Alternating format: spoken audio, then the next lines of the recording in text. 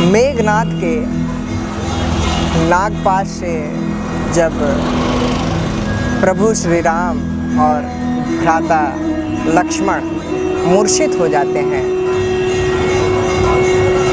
तो नारद जी के कहने पर हनुमान जी गरुण देव को बुलाते हैं और गरुण देव आकर के जब उन्हें पाश मुक्त करते हैं तब उनके मन में संदेह आ जाता है कि क्या ये सच में परम ब्रह्म है, और यदि हैं तो बंधन में क्यों है। तो नारद जी उन्हें कहते हैं कि आप एक काम करिए, आप जाइए ब्रह्मा जी के पास, वे आपकी शंका का निवारण करेंगे। वे जब ब्रह्मा जी के पास जाते हैं तो ब्रह्मा जी कहते हैं आप शिव जी के पास जाइए, भगवान शंकर आपकी शंका का निवारण करेंगे। वे जब भगवान शंकर के पास जाते हैं तो शिव जी कहते हैं कि आप काकभुसुंडी जी के पास जाइए, केवल वही एक ऐसे व्यक्ति हैं जो आपके शंका का निवारण कर सकते हैं। और गरुड़ जी अंत में काकभुसुंडी जी के पास जाते हैं और काकभुसुंडी जी उन्हें राम के चरित्र के पवित्रता का ऐसा वर्णन सुनाते हैं कि गरुड़ जी मंत्रमुग्ध हो जाते हैं। और वही श्री रामचरितमानस होता है। श्री रामचरितमानस के अंत में काकभुसुंडी जी अपने विषय में भी कुछ बताते हैं। अयोध्या में एक कल्प में कलयुग चल रहा था और तब काकभुसुंडी जी शूद्र के वेश में थे। अयोध्या में अकस्मात अकाल पड़ने के कारण वे वहाँ से उज्जैन आ गए और उज्जैन में उनकी मुलाकात एक ब्राह्मण से हुई। काकभुसुंडी जी शिवभक्त तो थे परंतु विष्णु आदि देवताओं की निंदा करते थे और ये तो कहीं भी किसी भी देवता को सहज स्वीकार नहीं हो सकती। राम भी कहते हैं शिव द्रोही मम दास कहावा, सोनर मोहि सपने हूँ नहीं पावा।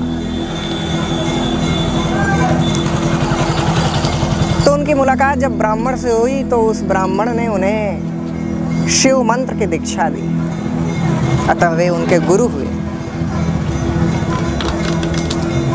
इसी प्रकार वे उनकी शरण में रहते और उनकी सेवा करते थे। काकभुसुंडी जी एक बार उज्जैन के शिव मंदिर में महाशिव पूजा का आयोजन करते हैं और उन्होंने अभिमानवश अपने गुरु को ही आमंत्रित नहीं किया। कुछ ऐसा अभिमान उनके अंदर आ गया था कि वे और ब्राह्मणों से ईर्ष्या करते थे, परंतु उनके गुरु तो सहज और सरल थे। काकभुसुंडी के न बुलाने पर भी वे उज्जैन के शिव मंदिर में बिन बुलाए पहुंच जाते हैं, परंतु काकभुसुंडी किसी सांप की तरह वहीं पर बैठे रहते हैं, उनका आओ भगत स्वागत भी नहीं करते। परंतु उनके गुरु को बुरा नहीं लगता है, मगर शिव तो शिव है, वे किसी का अपमान कैसे स्वीकार कर लेते हैं।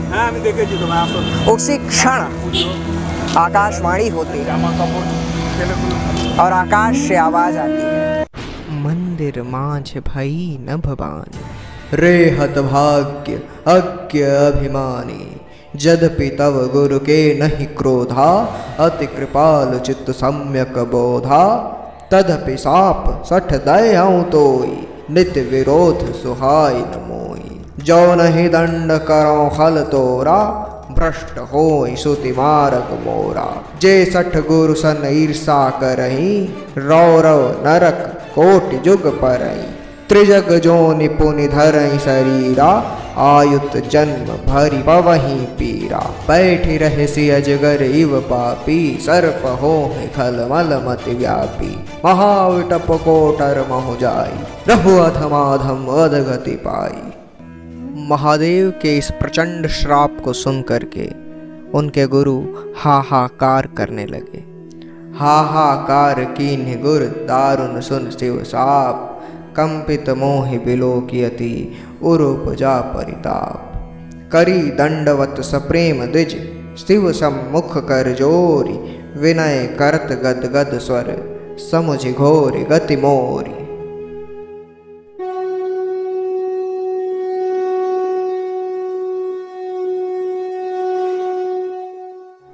नमामीशमीशान निर्वाण रूपं, विभुं व्यापकं ब्रह्म वेदः स्वरूपं।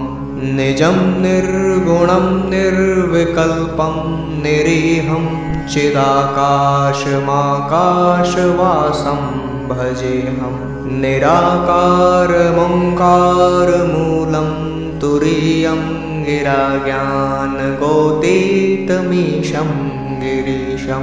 करालं महाकालकालं, कृपालं गुणागार संसारपारं। नतोऽहं तुषाराद्रिशङ्काशगौरं गम्भीरं। मनोभूतकोटिप्रभाश्रीशरीरं। स्फुरन्मौलिकल्लोलिनी चारुगङ्गालसद्भालवालेन्दुकण्ठे भुजङ्गा। चलत्कुण्डलं भ्रूसुनेत्रं, विशालं प्रसन्नाननं नीलकण्ठं दयालं। मृगाधीशचर्माम्बरं मुण्डमालं, प्रियं शङ्करं सर्वनाथं भजामि। प्रचण्डं प्रकृष्टं प्रगल्भं, परेशम् अखण्डम् अजं भानुकोटिप्रकाशं। त्रयः शूलनिर्मूलनं शूलपाणिं, भजेऽहं भवानीपतिभावगम्यम्। कलातीतकल्याणकल्पान्तकारी, सदा सज्जनानन्ददाता पुरारी। चिदानन्दसन्दोहमोहापहारी, प्रसीद प्रसीद प्रभो मन्मथारी। नयावद्मानाथ पादारविन्द, भजन्ति इह लोके परे वानराणाम्। न तावत्सुखं शान्तिसन्तापनाशं, प्रसीद प्रभो सर्वभूताधिवासं।